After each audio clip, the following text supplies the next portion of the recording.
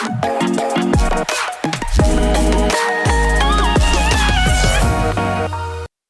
dashur miq, rikëthyem në studio dhe sot kam kënaqësi në studio të ftoj një mysafir shumë special, një profesionist që na ndihmon të kuptojmë më mirë veten tonë dhe ai është psikologu Migjan Amzaj. Përshëndetje dhe mirë se erdhe. Përshëndetje. Gjithmonë kënaqësi kur jam këtu. Është kënaqësi t'ju kem të ftuar dhe të flasim për një temë shumë të rëndësishme e veçanërisht kohëve të fundit që është bërë jeta kaq dinamike.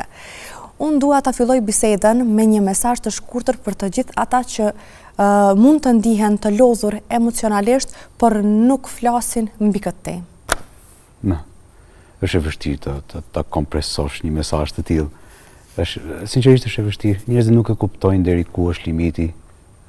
Sidomos në vendet ku jemi mësuar të luftojmë. Po është një gjë e çuditshme që për gjërat tona ne nuk është që luftojmë edhe shumë, se është e përshtypja. Luftojmë për mbijetesën, po kur vjen puna te arritshmëritë, te arritjet, të marrë punë dikush, gjithmonë mundohemi të gjejmë dikë që na i mbaron punën. E njoh semrën, e njoh këtë, e njoh atë. Kur vjen puna te pjesa jone e brendshme, aty mbyllemi komplet. Është edhe çështje kulturologjike sigurisht. Po që ta gjesh çelësin se deri ku është limiti ku njerëzit duhet të flasin, ku njerëzit nuk ka një të tillë. Në gjykimin tim, njeriu duhet të luftojë me cilësitë e veta. Duhet të luftojnë me cilësitë e veta, se nuk e di, është përhapur një mesazh e dëgjoj shpesh që të gjithë kemi nevojë për psikoterapi, nuk funksionon kështu. Nuk funksionon kështu, bilesh edhe kjo tjetra që vi njerëz, për shembull, thotë edhe unë jam pak si terapist për veten tënde, jo nuk je. Nuk je, na diferencojnë 20 vite edukime dhe përvojë, nuk je i tillë. Kjo i ka marrë me shaf njerëzit, gjejnë ngushëllime shumë. Sot ajo që i ngec njerëzit në procesit e veta është influenca e rrjeteve sociale, afirmimet që marrin nga rrjetet sociale, edhe ngushëllimet që gjejnë nga këto inteligjenca artificiale që të përgdhel egon, po harrojmë atë pjesë që egoja është përgjegjëse për dëshirat tona, unë dua. Ajo nuk t'i jep si t'i jep personi, si t'i jep njeriu, si ta ofron njeriu të paktën edhe oponencën asaj që ti do. Njeriu për këtë ka nevojë në fundit. Ne na zhvillon oponencën. Nuk na zhvillon motivi jon, nuk na zhvillon vullneti jon, nuk na zhvillon puna jon. Sa është oponenca për cilën e bëjmë, ose se cilën e kemi referencë, ose në fundin në terma të tregut cili është kundërshtari jon. Kështu funksionohet zakonisht, po si mesazh i përgjithshëm nuk e di, është vështirë ta japësh si mesazh. Megjithatë mendoj që thash te kultura jon kur i pyet njerëzit se si ndihesh, është vështirë t'i japin përgjigje, nuk janë mësuar të shprehen me emocione. E para nuk janë mësuar sepse nuk të është kërkuar njërë. Kjo është çështje që është me vite, nuk është prej sot. Sot rinia ndryshojnë shumë për shembull. Gjeneratët e reja kur i shoh në seanca janë ndryshe. Ditë tregoj si ndihet, kjo nga një anë tregon bështësi, se edhe shpejt thyen, edhe shpejt fyen, edhe janë më arrogantë. Mirë po e kanë të edukuar më shumë këtë pjesën e emocioneve. Kjo sigurisht është edhe influenca e gjuhëve të huaja në rrjetet sociale. Se në gjuhën shqipe, po ti thuash dikujt më numëro emocione, nga përvoja, të paktën e di, jo si studim, nga përvoja, nuk arrin të emërtojnë as tre emocione. Lumturinë e japin si emocion, nuk ka lumturi. Në gjykimin tim mirë e që kërkon lumturinë këtu. Nuk supozohet të ketë lumturi. Njeriu ndjek gëzimin edhe kënaqësinë. Gëzimi është kur përfshihet dikush tjetër, pastaj të dy marrin prej kënaqësive të vogla ata për asaj të cilën e ndërtojnë bashkë, ose më shumë njerëz. Ja.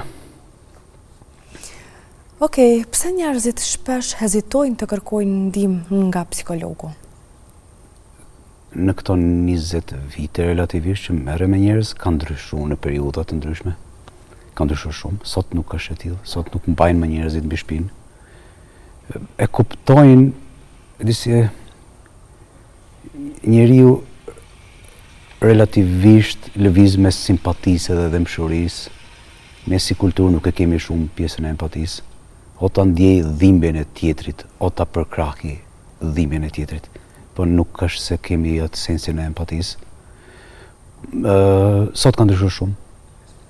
Sot që flasim, ka ndryshuar shumë kjo pjesa se a kërkohet ndihmë, nuk kërkohet ndihmë, sepse tash njerëzit kanë informacione.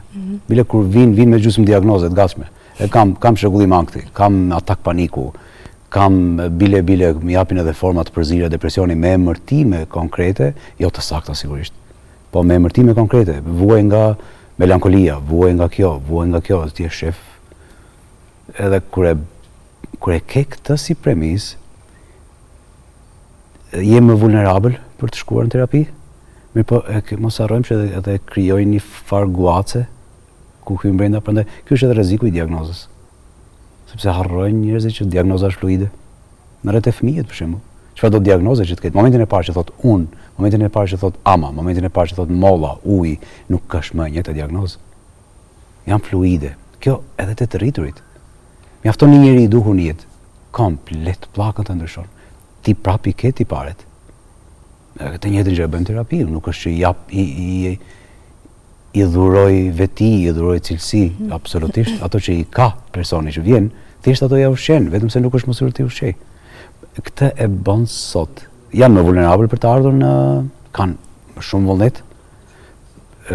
Bile është bajagia avancuar kjo pjesë, vjen edhe për ta njohur veten, për t'i njohur cilësitë e veta që absolutisht nuk mendohej para 15-20 viteve kur fillova, ishte një kaos, vinjen me diagnoza, me shregullime neurologjike, vinjen me probleme psikiatrike, vinjen me probleme afrinuj për ankth, ishte një kaos që njerëzit nuk dinjen ku drejtohen, thjesht.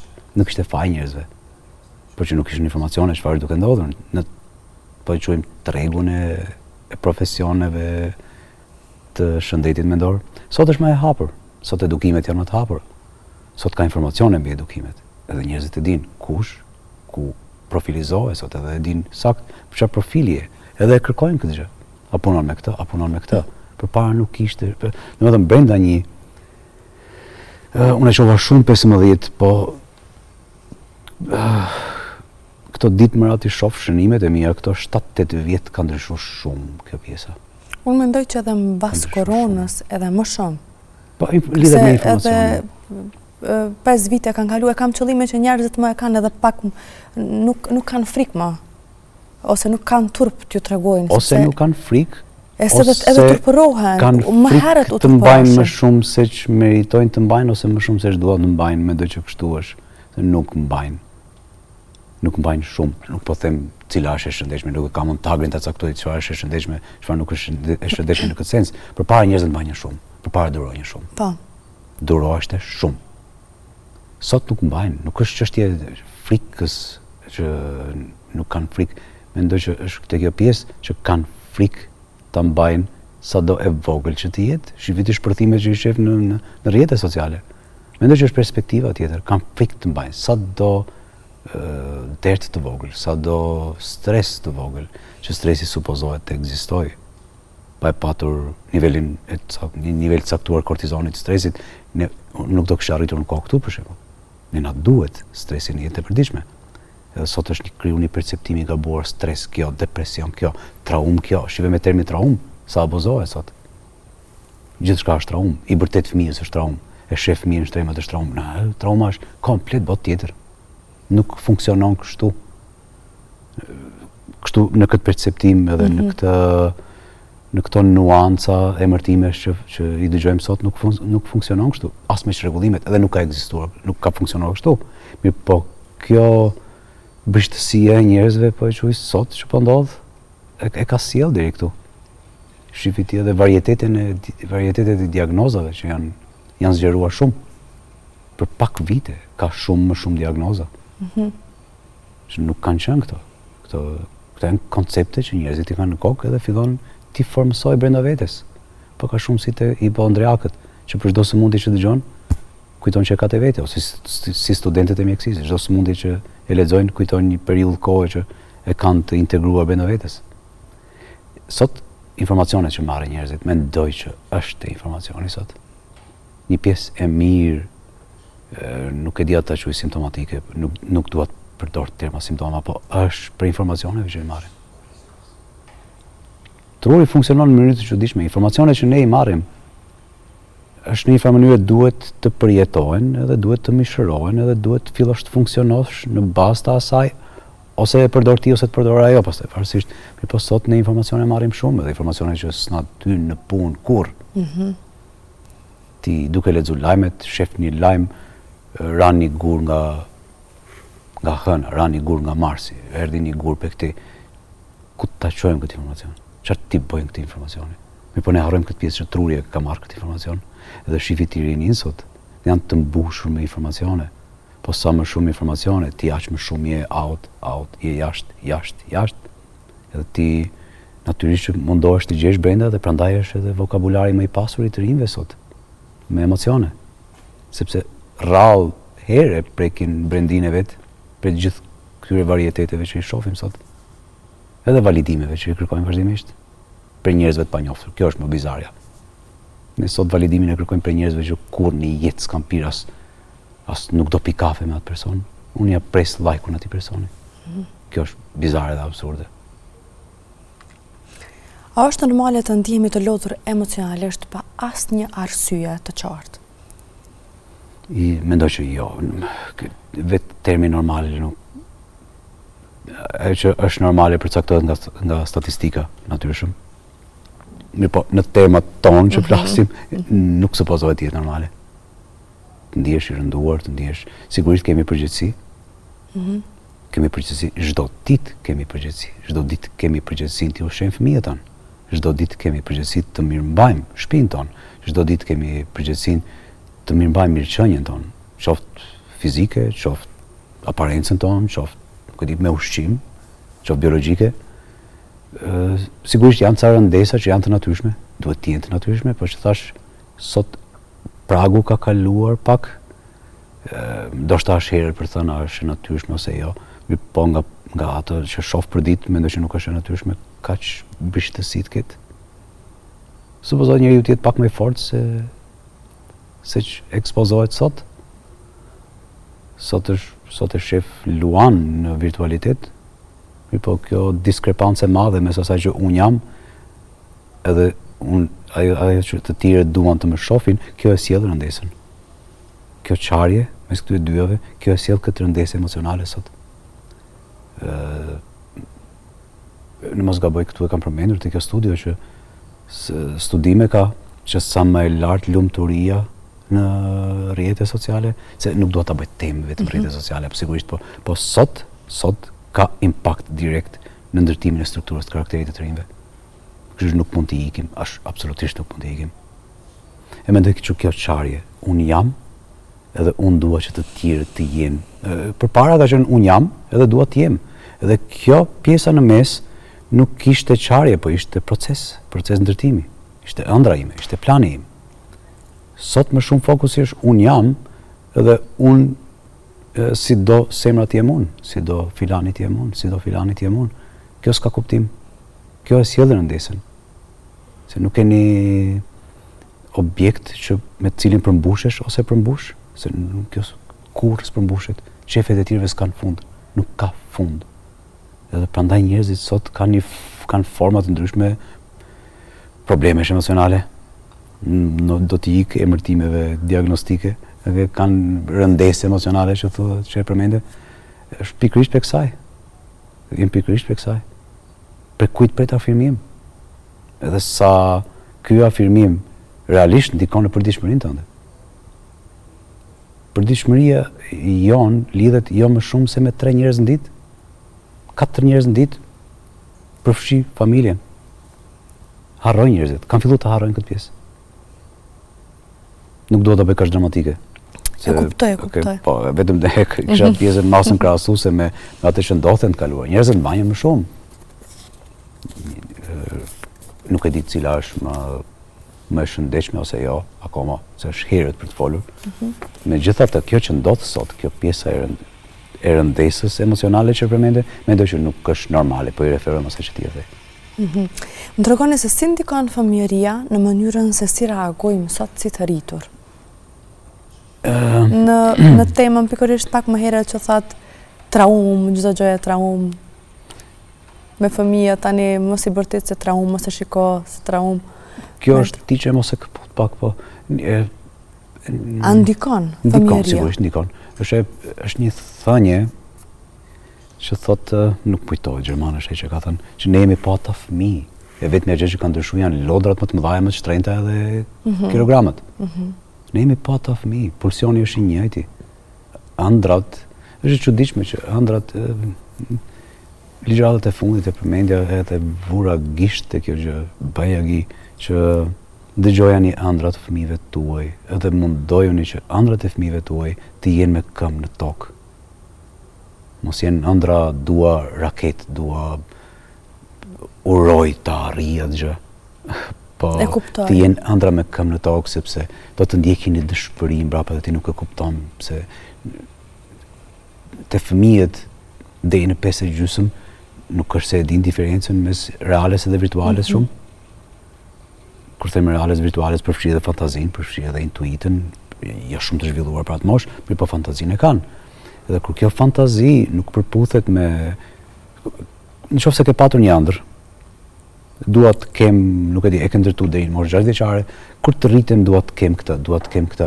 Nëse ti realizon edhe janë të realizueshme, do përmbushesh, edhe ti nuk e mban mend si përmbushesh, në atë moment të kujtohet ëndra. Momentin e parë që ti e merr atë objekt, ose ti subjektivizohesh me diçka, dua të bëhem filani, në atë moment të kujtohet ëndra që e ke patur si fëmijë. Nëse kanë qenë ëndra jo me këmbë tokë, vazhdimisht të përcjell një farë trishtimi, një farë melankolie gjithkohën, e ti nuk e kupton pse e ke këtë. Sigurisht është dinamika mes prindërve. Ajo që baza është dinamika mes prindërve. Por që jemi pa ta fëmijë, pa ata impulse, pa ata pulsione. Ndryshon kjo amortizimi i sjelljeve tona ndoshta, nuk jemi më arrogant siç mund të jesh në moshë latence, si sot fëmijët 6 deri në 9 vjeç kanë një farë arrogancë në mënyrë si drejtojnë tjerëve. Kjo me kohë, e kam fjalën këto janë ato që mirë po parimisht ndikon shumë fëmijëria. Mos them është pasqyrim direkt, po ndikon shumë fëmijëria. Pastaj këtë ndryshon njerëzit që takojmë jetë. A mund të shërohet trauma me kalimin e kohës, apo ka nevojë që me patjetër të mirët ndihmë profesionale?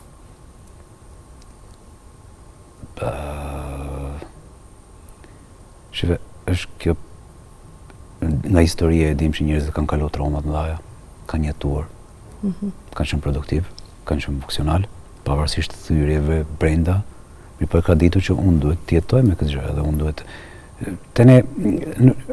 në përgjithësi njerëzit i thyen rastet e vdekjeve, raste mirë po e harron atë që kur të vdes dikush i rëndësishëm, në fundit meriton një farë trishtimi. Meriton një farë mërzie, sinqerisht e them këtë gjë. Nëse të vdes ti njëri që ka pasur peshë në jetën tënde, një vend ka ikur prej teje, nuk është trauma është tjetër gjë. Nuk e përfshitet trauma, po e ka fjalën te kjo prap ta përmend brishtësia që e ka njerëzit. Meritojnë ca njerëz që meritojnë vujtjen tonë, është investim në atë që dikush ka dhënë në jetën tonë. Nuk është patjetër të vuajmë, po jo domosdoshmërisht, koha shëron plagët. Dim nga situatat e luftës që kanë kaluar traumat, varësisht cilin e ke patur në krahun tënd si person. Edhe varësisht rrethanave. Po, a kemi thyrje tona, a kemi përgjigje traumatike, prap varet nga rrethanat, po do t'i kemi ndoshta gjithë jetën.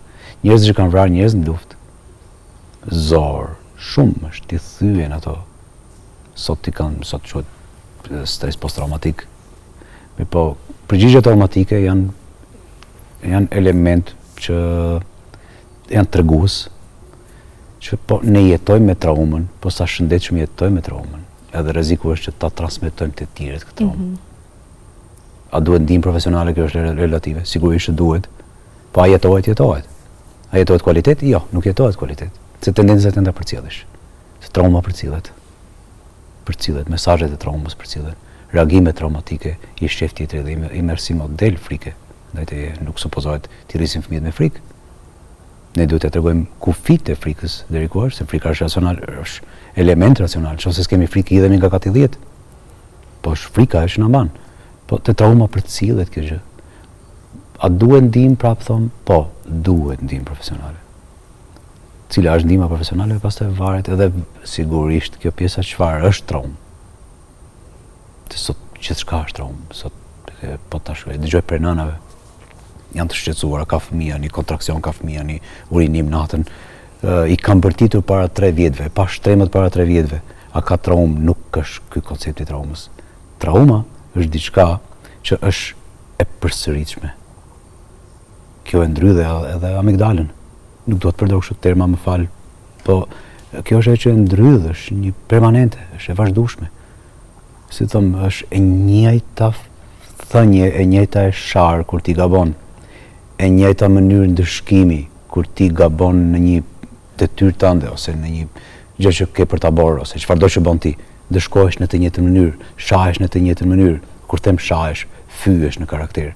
Kjo është trauma. Trauma vizuale pastaj që janë si fotografi, janë të luftrave është tjetër temë. Është tjetër temë. Mirë, po sot abuzohet me termin traumë. Jo gjithçka është traumë. Trauma do kohë. Pastaj jo të gjithë nikon i saj. Ti shifi për shembull një tragjedi të ka ndodhur në familje, asnjëri nuk e përjeton i saj. Jo. Ku shkoi koncepti i traumës, ku shkoi koncepti i dëshpërimit, ku shkoi koncepti i trishtimit, ku shkoi koncepti i ankthit, ku shkoi koncepti i të gjitha ekuilibrimeve tjera. Nuk funksionon kështu. Sigurisht varet edhe nga predispozitat që kemi ne si karaktere, po e them kështu, të elaborohet kjo do 10 emisione, megjithatë varet shumë nga kjo. Po prapë them, a duhet? Po duhet trajtim profesional, nuk mundet gjërat të funksionojnë duke u fshehur. Po prandaj vetëm nëse ka diçka që mund t'ju thuhet prindërve është kujdes vokabularin edhe shikimin. Shikimi edhe zëri janë ato që fëmijën e tërheqin, e të kurrin. Është një mënyrë shikimi. Është një fjalë që ti e përdor sa herë që fëmia gabon, këtë mos e bëjnë. Tani unë nuk po them që të bërtasish është natyrshme, të rrafish është normale, se nuk të zgjedh absolutisht asgjë, po a shkakton traumë? Jo. Të flasim hapur. Nuk është për motiv që njerëzit ta bëjnë. Jo, sepse fëmijët e marrin si mënyrë zgjidhje. Nëse ti më rref pse rri unë ulur kështu, nuk është që kam, si thon, traumë ose po unë e di zgjidhjen kur të shoh tjerë që rrin ulur kështu. E bëj nuk e bëj, pastaj është moraliteti, megjithatë unë e di zgjidhjen cila është. Kjo ndërtohet e unë. Shpresoj të jetë përgjigje e duhur. Po, patjetër. Si ta menaxhojmë ankthin në situata të përditshme?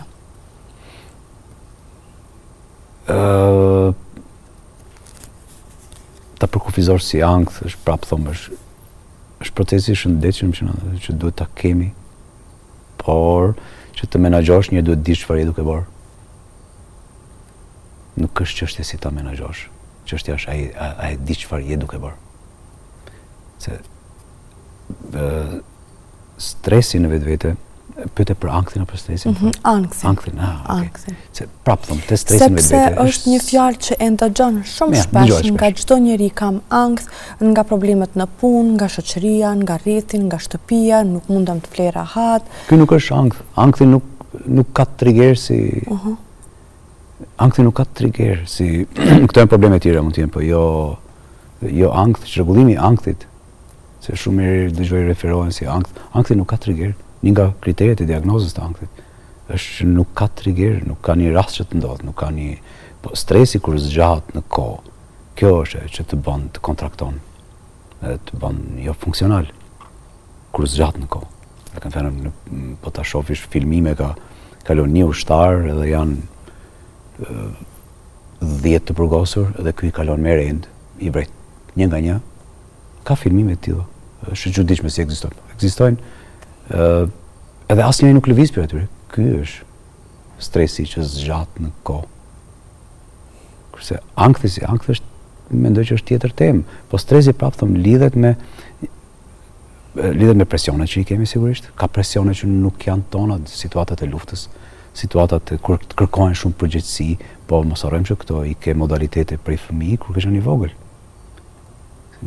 Kur vjen dikush që sot vuan nga çrregullimet e ankthit, është historia shumë më e gjatë se sa e tregojnë para 2 viteve, para 3 muajve pata atak paniku.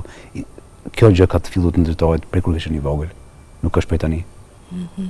Nuk është prej tani. Një zë, një shikim, një situatë, një varësisht si të është transmetuar për tjerëve. Prindrit, mendoj, dinamika mes prindërve ka të bëjë shumë të kjo pjesë e ndërtimit edhe së ndërtimit këtyre elementeve të vogla. Mënyrën se si përballojnë problemet e përditshmërisë. Me për aty e kemi modelin. Sa ka patur dashuri babat e nanave në mënyrën si e shef, mënyrën si i përkujdesit, edhe sa respekt ka pasur nanat e baba, pavarësisht problemeve që mund të kenë. Problemeve kanë fjalën vështirësive ekonomike, që të ne është temë, goxha temësh. Po, kjo dinamike mban fëmijët të shëndetshëm prapë. Po, kjo e ankthit nuk e besoj shumë këtë, ankth për këtë, është shëgullimi i ankthit ka kritere të caktuara. Ajo që është stresi, mirë po, çështja është a je ti kompetent për përgjegjësitë që ke marrë. Se tash një pas stresi duhet derisa ta arrish, po është tjetër stres, kam vënë një emër, quhet eustres. Ka dhe një emër kishte për këtë, që përsendet që ti e di ta bosh. Po, të më thot dikush ndërtoje këtë, kjo është stres për mua. Unë se kam idenë ku të filloj, se kam idenë çfarë duhet bëj me këtë. Vetëm e di se si të përdoret kjo gjë. Ka fjalën abuzohet shumë me këtë, atë që thash në fillim, që shumë koncepte kanë ardhur, edhe njerëzit nuk dinë ku t'i rëndisin, edhe mundohet t'i integrojnë, edhe mundohet t'i shpërfaqin në përditshmërinë e tyre, edhe kjo pastaj bëhet problem sepse ka një diskrepancë mes asaj që unë e di si koncept, por nuk e shoh aplikueshmërinë e kësaj gjëje. Edhe kur ti jep emërtime, ndihem kështu. Ti do mundohesh të ndihesh ashtu. Mos harro që njerëzit që vinë, zakonisht me gjendje të caktuara. Shpresoj mos keq kuptohet kjo gjë që do të them. E duan gjendjen ku janë. Shumicën e rasteve, për emocioni prej të cilit ankohen, e duan më shumë, sepse këta e ushqejnë më shumë. E di që tingëllon të çuditshëm, po në qoftë se na ndodh një fatkeqësi, një dramë, një tragjedi, e vuan deri në masën ku supozohet të vuhet, pastaj ne jemi ata që dëgjojmë muzikë të dhimbshme. Ne jemi ata që kërkojmë rrillsa që të na prekin hala më shumë atë pjesë. Ne jemi ata që ushqejmë këtë emocion. Edhe pastaj ti ankohesh për këtë emocion, nuk është që ky ankohet, po është presioni i tjerëve. Që e bën të ankohet për këtë gjë. Se realisht personat e duan shpeshherë. Varësisht nuk flas për psikoza, nuk flas për gjendje të rënda, çukullime depresive madhore, nuk flas për këto, por flas për gjendje ankthi, gjendje relativisht të përballueshme, njerëzit janë ato që ushqejnë këto. Edhe bien prej emocioneve, njerëzit sot i besojnë emocioneve shumë. Emocioni do të ketë ndjesi të lidhen me objektet që kemi përballë, me persona që kemi përballë, me ushqimin që kemi përballë. Emocioni është ajo që lëviz brenda nesh, nuk mund t'i besosh shumë emocioneve. Kam fjalën disiplina e parimeve është ajo që njerëzit duhet të kenë frikë, nëse nuk kanë disiplinë, nëse nuk kanë rutinë. Po jo t'i besosh emocioneve. Unë piva kafe, nëse pi kafe prapë unë vjell, si mund t'i besoj këtij emocioni? Për një orë lëviz, i njëjti subjekt, i njëjti objekt, si mund t'i besosh kësaj gjë? Janë parimet që të mbajnë. Një kafe për mua mjafton.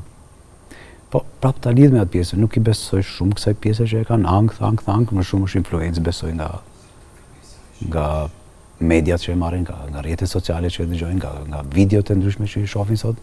Pastaj mos harrojmë edhe këtë pjesën që njerëzit nuk kanë më durim të marrin informacione të gjata. Po. Dhe nuk arrin t'i procesojnë. Kjo është ankth në vete pastaj. Kjo shkakton atë trazirat që u mblidhet njerëzve këtu. Se ti e mësuar gjatë kohë tani, që njerëzit nuk kanë më durim të shohin më shumë se 10 sekonda video. E duan informacionin final. Nuk duan të shohin ose të shohin të studiojnë se si ka arritur deri aty. Shifi ti studentët. Ti thua një libër, ankohen, nuk e duan librin, e duan informacionin konkret. Dhe kjo është e tmerrshme, si supozohet të ndërtojnë urtësi. Urtësia është ajo që supozohet kërkohet për njeriu, jo intelekti. Intelekti ja mëson edhe miut. Me 2 televizje, ja mëson papagallit, ja mëson, ku e di, intelekti në sensin e kuptoj. Çukite 2 herë do marrësh një shpërblim kështu. Edhe kafshëve. Nuk është krahasim i duhur sigurisht, po urtësia është ajo që kërkohet për njerëzve. Ta dinë atë që e thot, kujt ja thot, si ja thot, sa ja thot, kur ja thot. Ky është për kufizimi i urtësisë, që sot nuk po them, nuk do të keq kuptohem, të rinjtë sot në nivel informacioni janë brillant. Sepse arrin t'i marrin informacionit. Kanë burime pa fund informacione. Sigurisht nuk dua t'i fyem me këtë gjë. Mirë po te pjesa urtësisë nuk e dim në çfarë mase ta japin. Kjo e ka fjalën do ta lidh me frustrimin, jo me intelektin. Janë shumë më inteligjentë se sa gjeneratat tona. Po kur e japin pa mas. Edhe ndjen të harxhuar. Ose ku e japin nuk është vendi i duhur ndoshta. E kanë fjalën te urtësia është tjetër gjë, intelekti është tjetër gjë. Sot nuk është që kërkojnë shumë urtësinë, bile i lodhë urtësia sot. Edhe nuk kanë më durim të dëgjojnë një plak që ulet këm kryq edhe të tregoj ty histori, edhe pse janë gjithmonë të mirë se ardhura, mirë po sot ka humbur kjo, duan plakun 10 sekonda. Jo, ka 2-3 orë. Më trego sa ndikon mungesa e komunikimit në marrëdhëniet tona? Çelësi është komunikimi në raport me çdo njeri. A komunikohet, sot komunikohet sigurisht më mirë se më herët është komunikimi, më për çfarë komunikohet. Sot komunikojmë për entitete të treta, për subjekte të treta më shumë komunikohet. Flas nga përvoja në seanca, nuk duhet të ish përfaqësi si studime, si urtësi, nuk jam thirrur këtu për atë që bëj, edhe shpresoj të përmbajmë asaj që bëj, jo mendoj që nuk komunikohet në mënyrën e duhur, në masën e duhur, sepse komunikohet për një film, komunikohet për një postim, komunikohet për një luftë, komunikohet, po jo unë me ty, unë për ty, unë pa ty. Ky është komunikimi që i mban njerëzit gjallë. Se është vështirë, nuk e di çfarë quhet. Sot ka ardhur një kohë ku njerëzit kanë frikë të jenë të butë. Sepse kjo konvertohet me atë ti je i butë, është ti je i dobët. Që nuk është absolutisht e vërtetë. Ti je i butë është fisnikëri. Dhe shpresoj njerëzit ta arrijnë këtë gjë. Po ti shohësh sot në komunikime, në kontakte që kanë patur, njerëzit e butë sot fshifen. Përhumben, mos them fshifen, po përhumben.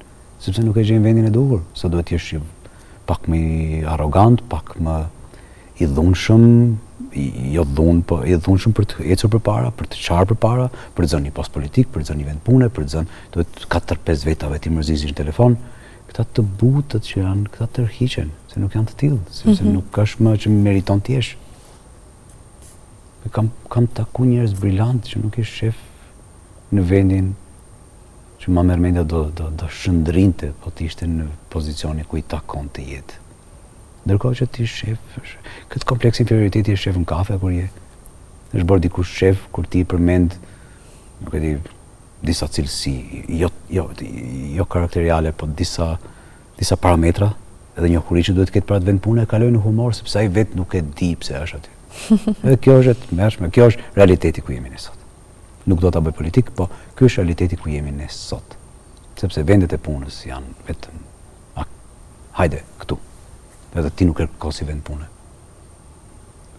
Pjesa më e madhe e njerëzve që kërkojnë punë është dua punë. Rralli ke këta që unë jam për këtë, edhe dua këtë pozicion pune. Ti shive na mbytën, sa herë kanë përsëritur, na mbytën doktorët në politikë, na mbytën inxhinierat në kjo është e tmerrshme, edhe kjo është bërë kulturore tani. Ti vetëm shifet mësuesi fizikës jep gjuhë letërsi, kjo nuk është prej tash, kjo është prej më herët. Edhe i ka sjell këto të natyrshme, këto ndryshime, këto ndrime janë të natyrshme, edhe nuk janë të natyrshme. Që veç narcizëm edhe psikopati shef, realisht. Po. A mund të arrisim vetbesimin tonë? Pra do të lidhë me pozicioni ku jemi, unë personalisht nuk besoj te koncepti i vetbesimit. Ajo që quhet vetbesim mund ta elaborojmë pak nëse kemi kohë, po mendoj që ka të bëjë me pozicionin ku je, me territorin ku je. Është si të më kapin mua të më çojnë në një central bërthamor. Aty nuk është çështje vetbesimi, unë s'di çfarë të bëj aty. Atë që do tentoj të bëj është diktat, nëse më japin pozitë udhëheqësie.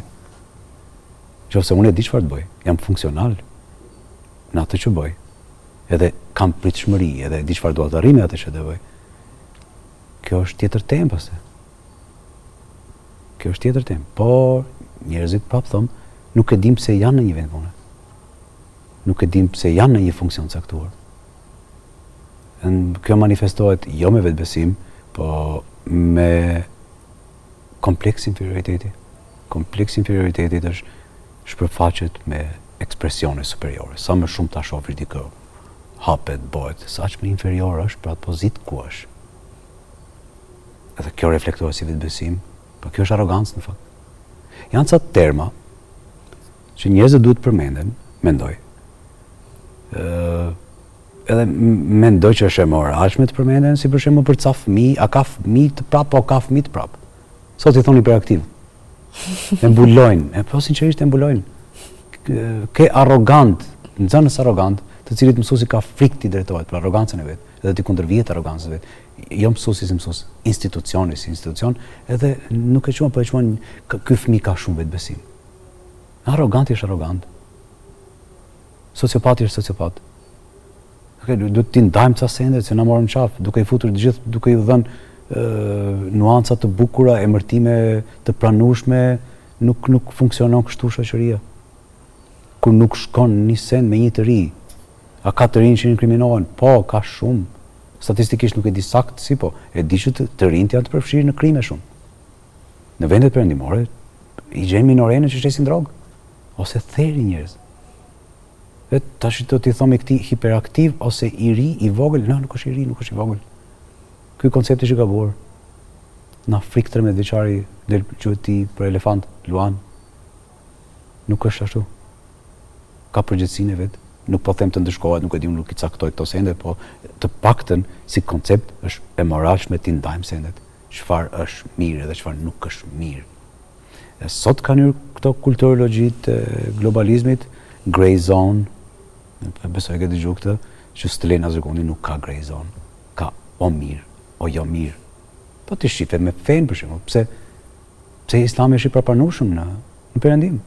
Është pikërisht për këtë gray zone, se nuk ka bën kështu, bën edhe ashtu, kjo është mirë, kjo nuk është mirë. Njerëzit nuk e duan sot këtë. Si ideologji edhe të ne nuk e duan këtë gjë sot. Mendoj që kjo po na shuan shumë karaktere, po relativizon shumë karaktere që prandaj edhe na duken të pranueshëm këto mangupat, le t'i quajmë. Duken të pranueshëm shoqërinë tonë. Është pikërisht për kësaj çështje, për këtyre emërtimeve fillon. Një kohë ishte i keq, çuni i keq. Edhe sot është i keq, po ka një emër më të bukur. Mendoj që është e moralshme të thuhen ca gjëra që nuk e di, është veç një gjë do ta përmend, nuk do të përmendi vendin. Diku te 80 vjet ishte një studim që e bë me disa kolegë, jo studim, testim që e bë me disa kolegë. Pa egzagerim, mbi 90% dorën sociopat. Pa egzagerim. Kjo është e frikshme. Po ka cilësi fizike, ka cilësi këtë, është e frikshme. Është e frikshme. E kam fjalën, kur i dëgjon pastaj. Cilat janë disa shenja që përcaktojnë? Kur ti bën diçka që nuk përshtatet me strukturën të këndë të karakterit, si ta them, shkoj unë sot për shembull, shkoj në gjim, edhe të bëhem si Arush, edhe të filloj të testin për rrugë, kjo nuk përshtatet me atë që unë jam. Edhe do të vënë manifestojnë, po të sociopatët është pak më vjen një mosh që, si thëm, e ke dëgjuar besoj, bolli mirë ky djalë. Po. Këto është tipike, këto kur bëjnë dëm në materiale, po edhe janë të dhunshëm, janë agresiv, po jo si të psikopatët. Të psikopatët është temë shumë e hershme. Po e kam fjalën që kjo nocionet kanë të bëjnë shumë. Nocionet janë ato që o shpikin fenomene, o fshefin fenomene. Në gjykimin tim është më e frikshme kur fshifen fenomenet, sesa kur shpërfaqen fenomenet. Se kur shpërfaqen ti je shef sa është. Ti je shef si është. Sot fshifen. Sot mundoj prindi fshef cilësi të fëmijës vet, nga ana tjetër mësuesi fshef nga frika cilësi të nxënësit vet. Sepse institucionet nuk bëjnë asgjë. Nuk ka drejt për jashtë shkolle, nuk ka drejt marrin masa, nuk e di, po pak a shumë si rregulla që të përgjithshme që i kam dëgjuar. E ku i çon këta njerëz? Këto janë të pranueshëm pastaj në shoqëri. Për të mos thënë model, se s'bëhet kur model. Se prap diku do përfundoj nuk janë modele. Nuk janë modele, asnjë nuk janë modele. Mund të jenë modele si këto këngët hitet e verës që si dëgjon më dimrit. A luan rol gjumi rutina në shëndetin mendor? Është baza e funksionimit. Edhe pse ne akoma nuk e dim pse flim. Sado që studion gjumi, studiohet shumë, prapë ne akoma nuk e dim pse flim. Vetëm e dim që kualiteti mirë, gjumi i thellë që quhet, është produktiv ditën, është sigurisht. Kur nuk flen mirë, të nesërmen, truri kur nuk bie në valët delta, predispozitat i ka të shofi çfarë nuk shkon. Jo çfarë shkon. S'kam fjetur mirë, s'kam rënë në gjumë të thellë, të nesërmen nuk është e lodhja tema, po është e pritshmëritë që ka truri, që krijon truri, çfarë nuk shkon. Ti nisesh, çfarë nuk shkon me këtë makinë. Ti nisesh, çfarë nuk shkon me punën. Çfarë nuk shkon me filanin, çfarë nuk shkon me filanin. Nuk je gjithë ditën kështu. Po e kam fjalën që fokusin e ka bajagit të kjo pjesë, se qetësinë e duhur se ka patur, detoksikimin e duhur nuk e ka patur. Se një nga mendohet hipotetike është organizmi detoksikohet natën kur flim gjumë. Nuk jam ekspert i gjumit, po e di që gjë e parë, ndër të parë që i pyes pacientët është a flini mirë, si e ke gjumin. A shef ëndra. Nuk bëj analizë ëndrash, po e ka fjalën. E kuptoj. Gjumi është pjesë përbërëse e përditshmërisë tonë, pjesë themelore themelore e përditshmërisë tonë. Si ta dallojmë kur kemi nevojë për pushim dhe jo për motivim? Duhet më kishte dërguar pyetjet para kohë, se kjo është pyetje filozofike më shumë se. Për motivim është mendoj kur je në proces. Si të fëmijët, kur në një proces loje, do të motivohet ti shkoj lojës deri në fund. Se do t'i edukojmë fëmijët, ti shkoj lojës deri në fund. Pushimi është kur i shkon në fund. Motivi është prit të procesit deri aty. Si te bebi e vogël, kur fillon të eci, të qapitet, të parat, ti e që objektivi që ka përballë. Hajde, vjen. Kur vjen, lodhet pak, ose njerë shtyn te babi, njerë shtyn te mami, pastaj pushon. E njëjta gjë me ne. Kur janë në proces njerëzit, nuk ka nevojë për pushim. Edhe nuk duhet pushim. Se është proces i ndërtimit punës. Nëse unë kam marrë të shkruaj një artikull, nëse kam marrë të ndërtoj një shtëpisë të vogël, procesi duhet të përfundoj, sepse ajo është pjesë. Aty gjej motive të ndryshme. Dikush dëgjon një sen, dikush shef një lajm, dikush ka nevojë për një person që t'i thot edhe këtë edhe atë. Pushimi është kur të përfundoj si proces. Kjo ndodh edhe me proceset tona emocionale edhe në përditshmërinë tonë. Ne i lëmë sendet përgjysëm. Është një strukturë karakteri që ka temë zhgënjimin e dëshpërimin, për shembull, që arrin një farpike strukturë orale karakteri, quhet. E kam këtu të arri, edhe fillojnë kur e shef që arrin, fillon të sabotoj veten. Këta kanë shumë struktura në fakt, që bën çmos që mos arri pastaj. Kjo është e pjesa. Këtu do motiv. Jo të pushoj. Njerëzit këtu pushojnë. Po për kujt pushon? Pushon prej pulsioneve tua. Ndoshta këto janë tipare që i marrin për më herët, sigurisht. Mirë po edhe ti e di që ti përmbushesh me këtë. Mos harro që shumë njerëz ka që nuk janë mësuar të përmbushin, edhe nuk e shohin veten të përmbushur, edhe prandaj edhe fillojnë të sabotojnë veten e vet. Misionet e veta, takimet e veta, punët e veta. Mendoj që është pak a shumë si përgjigje optimale e pranueshme thonë. Shumë e pranueshme. Tregoste, a mund të ndikojë negativisht në shëndetin mendor krahasimi me të tjerët në rrjetet sociale? Kjo vjen prej fëmijë. Një gjë që ja vdes fëmijërinë është kur ne e krahasojmë me fëmijë tjerë. Po. Ti e bën të përpranueshëm. Kjo s'përjashtohet edhe në moshën tonë. Po, është krahasim bizar, është krahasim për sende, është krahasim për tituj, është krahasim ndikon shumë. Domethënë e rrit kur e përmenda çfarë, që rrjetet sociale e rrisin ankthin e depresionin, nuk është që shkaktojnë ankthin e depresionin. Shkakton inate, shkakton frustrime, shkakton smir, shkakton këto ngjajnë shumë si ankth, po nuk është ashtu, po e ushqejnë shumë ankthin edhe depresionin. Po sigurisht është e sendet. Është edhe kam dëgjuar që ka sjellë edhe probleme familjare. Krahasimet. Shkoj semra në Kinë, pse mos shkojmë edhe ne, nuk do ta zbres në këtë nivel diskutimin. Kuptojmë, po mirë, po këto krahasime tani më kohët fundit janë gjëra që më shumë të ndikojnë tek njerëzit. Këto që kanë vashmëri nga rrjetet sociale po ndikojnë direkt. Ndikojnë direkt. Edhe ndjekin kushdo vishet si unë, kushdo bëhet si unë, ti si nuk e di, si ishte ky termi që përdore sot, që influencoj njerëz, që domethënë duhet vishemi si vishen ata, duhet të flasim si flasin ata. Kjo është e tmerrshme. Kjo ka humbur, i ka bërë njerëz në uniform. E ka bërë atë që gabimi më të madh që e bëjnë nanat, që fëmia im duhet të sillet me gjithë njësoj. Nuk funksionon kështu. Fëmia ndryshe e ka me dajen, ndryshe e ka me axhan, ndryshe e ka me hallën, ndryshe e ka me teten, ndryshe e ka me gjyshrit. Fëmia krijon modalitetin e vet. Sot janë tendenca që ne të bëjmë uniform. Sakt. Mendoj që sigurisht në terma të zhvillimit të karakterit, po, por konkretisht nuk e di çfarë.